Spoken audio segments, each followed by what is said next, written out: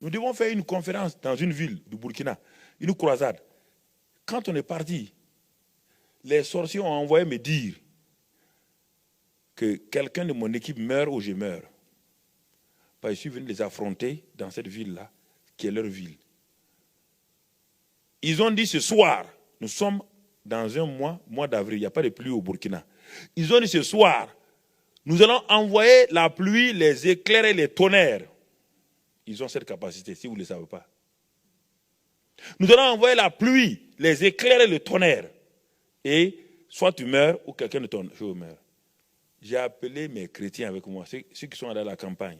Tu es dans un stade. Il dit, venez, vous allez voir quelque chose que vous n'avez jamais vu. Vous allez voir quelque chose, comme ça votre foi sera dans Jésus-Christ une fois pour toutes. J'ai ouvert la Bible dans le livre de Josué.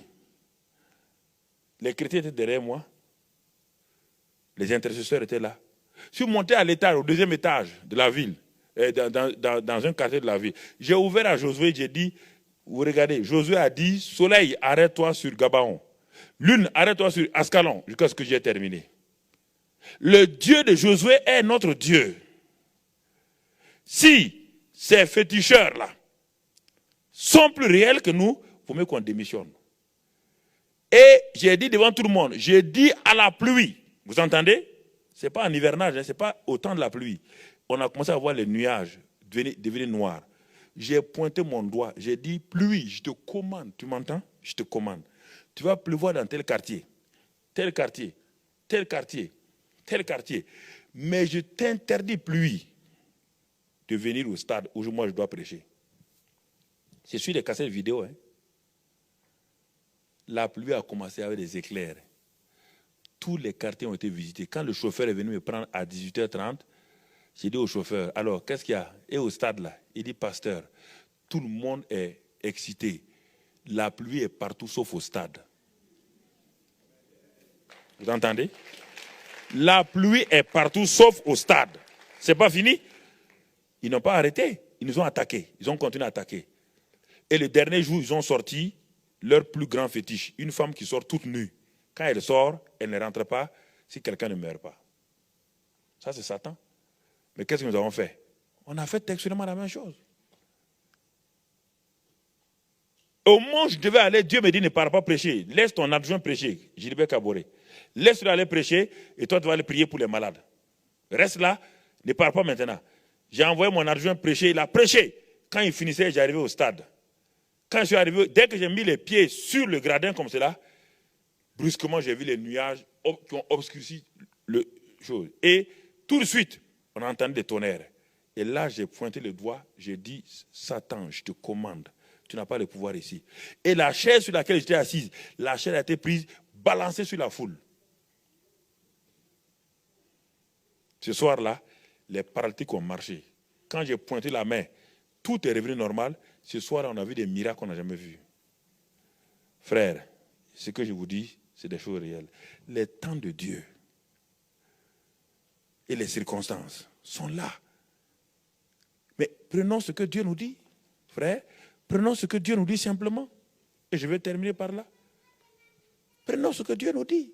Ce que Dieu dit. Dieu ne va pas nous mettre dans des situations qui vont nous mettre dans l'embarras. Dieu n'embarrasse pas son peuple. Il y a ce que nous faisons actuellement dans l'assemblée ici. Ça, c'est un centre, un bâtiment d'église, c'est un centre d'adoration, de formation, d'équipement. Mais le centre d'application, c'est au dehors. Devant les circonstances, devant les situations, qu'est-ce que tu as entendu? Comment tu vas faire? Quand le médecin a quitté la faculté de médecine après ses études, c'est facile de quitter, d'avoir une mention très bien, honorable, au doctorat d'État en médecine. Mais c'est autre chose de trouver sur la table d'opération quelqu'un qui a un cancer généralisé. Ce que tu as appris à l'école, tu dois savoir comment le faire ici maintenant. Et c'est autre chose.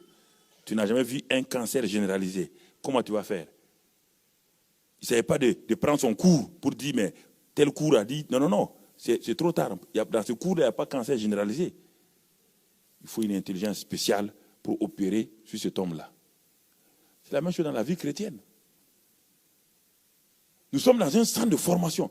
Nous sommes dans un amphithéâtre où les grandes théories sont données, où les grands enseignements sont donnés. Mais quand vous sortez, vous arrivez à la maison, il y a un problème qui vous attend. Il y a un problème qui vous attend. Comment allez-vous opérer devant cette situation? La question est là. Pourquoi le peuple disait de Jésus, il fait toutes choses à merveille? On n'a pas dit, il prêche seulement à merveille. On dit, il fait toutes choses à merveille. Pourquoi? Parce que pendant longtemps, ils ont vu les scribes et les pharisiens opérer, mais ils n'arrivaient pas à opérer. Les scribes et les pharisiens donnaient des bonnes choses, mais ils n'arrivaient pas à les accomplir. Mais quand Jésus-Christ est venu, non seulement il a donné, il a accompli. Ah, le peuple dit, il fait toutes choses à merveille. Il est différent. Et pendant longtemps, après ma conversion, c'est ce qui m'a beaucoup intrigué. Venant d'une famille très musulmane, pratiquante, venant d'une religion qui n'était pas... Je n'ai pas vécu dans le christianisme. Venant de l'islam, ayant grandi ça dans l'islam, ayant appris à lire, à m'initier à la lecture du Coran, quand je suis devenu chrétien en France, à Toulouse, j'ai regardé beaucoup de chrétiens et dit, mais votre livre est le livre le plus merveilleux, mais je ne comprends pas pourquoi vous n'arrivez pas à opérer. Pourquoi votre vie ne change pas? Voilà ce que j'ai lu la Bible de juin à septembre. J'ai entièrement lu la Bible d'un seul coup. Et c'est pendant cette lecture-là, sans avoir entendu parler du Saint-Esprit, que le Saint-Esprit est venu dans ma chambre d'étudiant et m'a rempli. Pendant une semaine, c'était comme le feu qui traversait mon corps entier. Alors, mais quand je partais à l'église, le pasteur disait, tous ceux qui veulent le baptême du Saint-Esprit, venez. Et le pasteur me montrait des gens, ça fait 15 ans qu'ils sont à la recherche du baptême du Saint-Esprit, ils ne l'ont pas encore eu. J'ai dit, mais ce n'est pas possible, 15 ans. Pasteur, 15 minutes ou 15 ans? Il dit 15 ans. Un don, 15 ans, on cherche un don, 15 ans. Alors Dieu m'a interpellé, il dit, mais écoute-moi, parce que tu n'as pas été scellé dans ton cerveau. Ton cerveau s'est ouvert pour croire tout ce que je t'ai dit. Mais eux, on leur a dit que non, il faut confesser tout d'abord tous ses péchés avant d'avoir le baptême du Saint-Esprit. À un autre, on a dit, il faut peut-être jeûner 3 jours. À un autre, on a dit, peut-être il faut sauter comme ça. L'autre, on a dit, il faut coucher comme ça. Donc, ils ont déjà dans leur tête trop de choses. Mais toi, tu es venu, tu ne sais pas s'il faut coucher, danser ou manger. Tu as cru simplement et tu as reçu. Tu as cru et tu as reçu. Tu as cru et tu as reçu. Frère, ça c'est important que nous connaissions. Donc Dieu dit que nous sommes son ouvrage. Nous sommes son adjectif possessif. Nous sommes son ouvrage. Comme celui qui a fabriqué ce micro-là, dit c'est mon micro. C'est moi qui... Je sais de quoi il est composé. Je sais pourquoi je l'ai utilisé. Je l'ai créé. Je l'ai créé pour une œuvre. C'est d'amplifier la voix des hommes qui parlent. Et le micro ne peut pas dire non. C'est ça que Dieu nous a créé pour ça. Dieu nous a créé pour un but.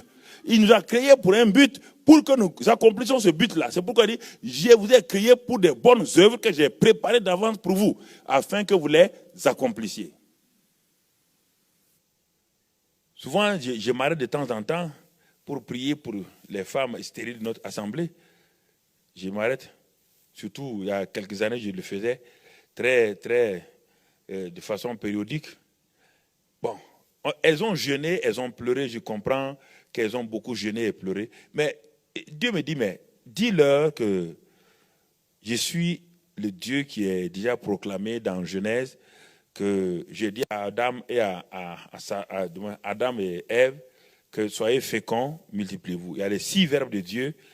Dieu m'a parlé de ces 6 verbes dans Genèse 1, 28. Il dit ces 6 verbes-là, regarde-les attentivement. Il dit le premier verbe, je les ai bénis. Deuxième verbe, j'ai dit soyez féconds. Celui qui est béni sera fécond.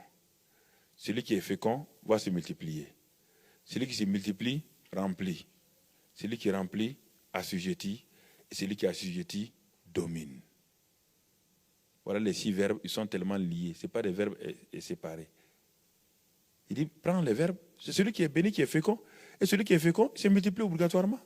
Et celui qui se multiplie va remplir. Et quand il a rempli, il va assujettir. Et quand il a assujetti, il va exercer sa domination, il devient un roi. Il dit, mais pourquoi mon peuple ne comprend pas ça? Je n'ai pas fini avec ça. C'est que j'ai dit ça dans Genèse 1, 28, je n'ai pas cessé. Puisque la preuve est que quand Adam est tombé, Adam et Ève est resté féconds, non? Ils se sont multipliés, ils ont rempli la terre, oui ou non? Il dit oui, il dit alors pourquoi les chrétiens ne croient pas ça aujourd'hui? Il dit mais parle, ces femmes-là parlent. Je les allie, je commence à dire mais je prie. Vous savez, parfois les gens, écoutez, les gens de la sorcellerie ont appris ces choses-là, les choses avec qui? Ils ont vu quoi? Celui qui s'appelle Lucifer, là, il était où avant? Lucifer, il n'y a pas de Satan. Hein. Lucifer, il était où? Au ciel, non? Il était un archange. Ce n'est pas une question pour vous, piège. Non. Ce n'est pas une question piège que je vous pose. Ce n'est pas pour vous mettre dans des pièges. Lucifer était avec qui? Avec Dieu. Lucifer connaît le Père, le Fils et le Saint-Esprit. Est-ce que tu crois ça? Lucifer connaît le Père, le Fils et le Saint-Esprit.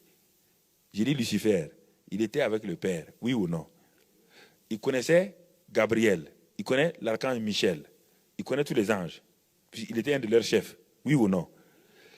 Et puis il était connu bien là-bas. C'est pourquoi, imagine, il a amené un tiers des anges de Dieu derrière lui. Il réfléchit là. Il n'a pas amené 3 anges, hein? Le tiers des anges de Dieu derrière lui. Je ne connais pas le nombre des anges de Dieu.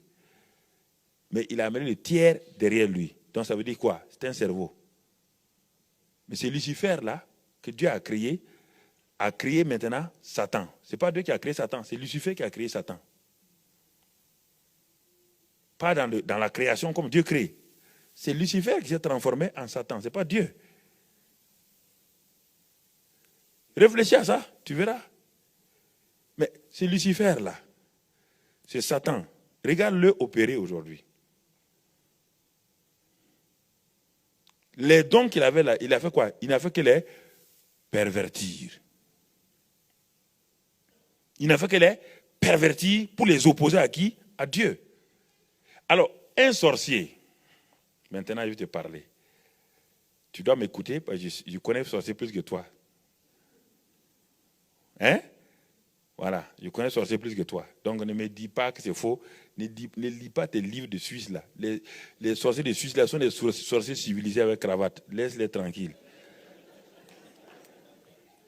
Donc je te parle de vrais sorciers. Je ne parle pas de ceux qui font tarot et autre chose là. Le sorcier est qui? C'est un imitateur de qui? De Dieu. Il imite quoi? C'est-à-dire qu'il pervertit les dons qu'il imite dans le contraire pour glorifier Satan. Alors, si le sorcier en Afrique ou en Inde à 2 heures du matin, son corps est couché, brusquement il sort de son corps et il s'en va à des kilomètres, agir, il revient dans son corps. Il a appris ça où? Il a inventé ça?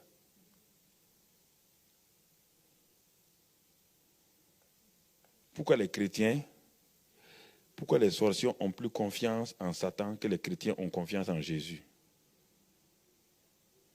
Voici le vrai problème des chrétiens.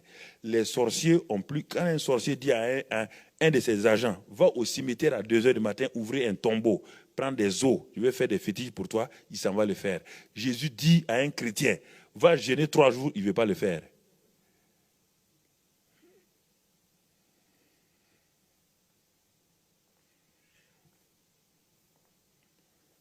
Il y a des choses que nous devons savoir et que nous devons nous asseoir et réfléchir. Pourquoi tu as peur de ceci là? Satan vit dans le sorcier. Jésus-Christ vit en moi, frère. Comme Jésus, il est dit que je suis le temple du Saint-Esprit. Mais le sorcier le croit plus que la plupart des chrétiens que Satan est en lui. Et c'est pourquoi il maudit, il croit en ses propres paroles. Il prononce des malédictions et les malédictions se réalisent. Même loin. Demandez aux pauvres frères africains qui sont ici, là. Ils s'asseyent ici, ils disent qu'on les a maudits de Kinshasa. Entre Kinshasa et ici, il y a combien de kilomètres? Il y a au moins 7000, 8000 kilomètres. Comment alors un démon de Kinshasa peut venir tourmenter un chrétien ici à Genève? Ah, réfléchissez. faut pas vous arrêter pour rejeter les choses comme ça et puis dire ah non, non, c'est pas vrai, c'est pas vrai. C'est pas vrai, c'est ça qui tourmente beaucoup de gens. Si Satan rentre dans un homme et cet homme-là devient sorcier, Jésus-Christ rentre en moi, je ne peux pas faire la même opération. C'est quelque chose qui est grave. Je ne fais pas la sorcellerie. Non. Cela veut dire j'ai Jésus-Christ en moi. Voici ce sorcier-là qui a Satan en lui. Et la Bible dit que celui qui est en moi est plus grand que celui qui est au dehors. Et ce sorcier vient vers moi. Et je dois saluer les sorciers. Et j'ai peur de saluer les sorciers. Ça veut dire que je déclare que Jésus-Christ qui est en moi là a peur de Satan qui est dans les sorciers. Et c'est normal. C'est normal? Alors, mais pourquoi alors, frère? Si vous croyez à la réalité de Jésus en vous, pourquoi vous avez peur de ce sorcier-là? Il a qui en lui? Satan? Qui est Satan? C'est celui que Jésus a vaincu déjà. Il est vaincu. La Bible me dit que nous sommes plus que vainqueurs. Par Christ, qui est en moi.